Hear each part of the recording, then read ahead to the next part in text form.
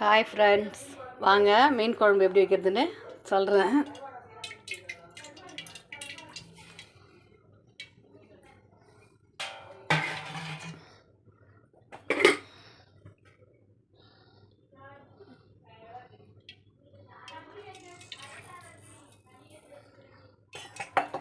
நல்லெண்ணெய்,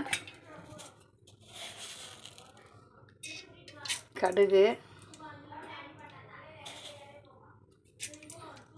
ஒரு ஸ்பூனு,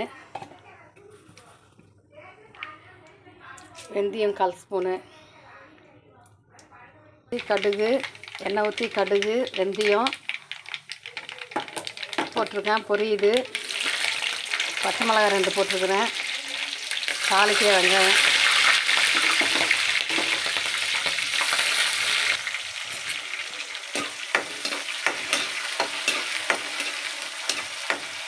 வெங்காயம் வதக்குறேன். கருவேப்பிலை, காஞ்ச கருவேப்பிலை தான் இருக்குது.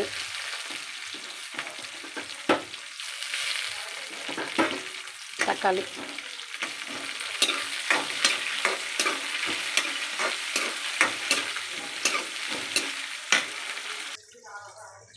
இந்த அளவு தேங்காய் அரைச்சிக்கணும்.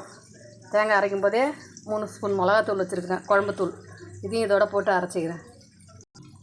இந்த அளவு புளி குழம்புக்கு கரைச்சிக்கணும். புளி கரைசல் தண்ணி, புளியை காமிச்சேன்ல, அந்த புளியை கரைச்சி இதை வச்சுருக்கிறேன். தேங்காய் மிளகாத்தூள் போட்டு அரைச்சி இதை வச்சுருக்கிறேன்.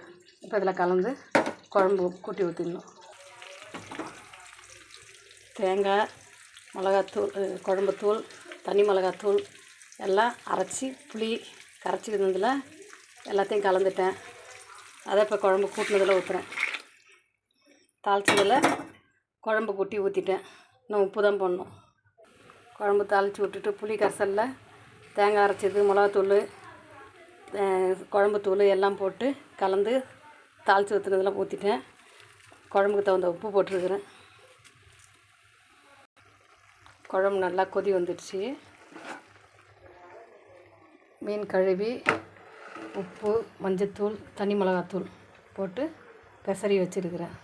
இப்போ இதை எடுத்து அந்த கொதிக்கிற குழம்புல போட்டுற வேண்டியதான்.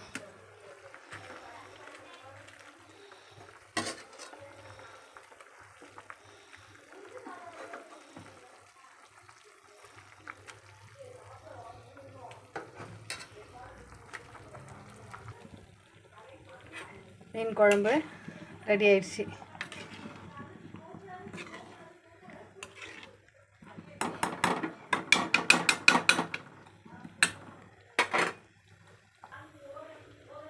மீன் பொரிக்கிறதுக்கு மஞ்சள் பொடி, மிளகாத்தூள், தனி மிளகாத்தூள், இஞ்சி பூண்டு பேஸ்ட்டு எல்லாம் போட்டு பெசரி வச்சுருக்கிறேன்.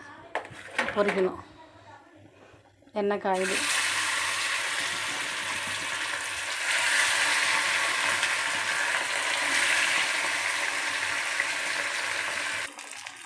மீன் பொரிச்சாச்சு.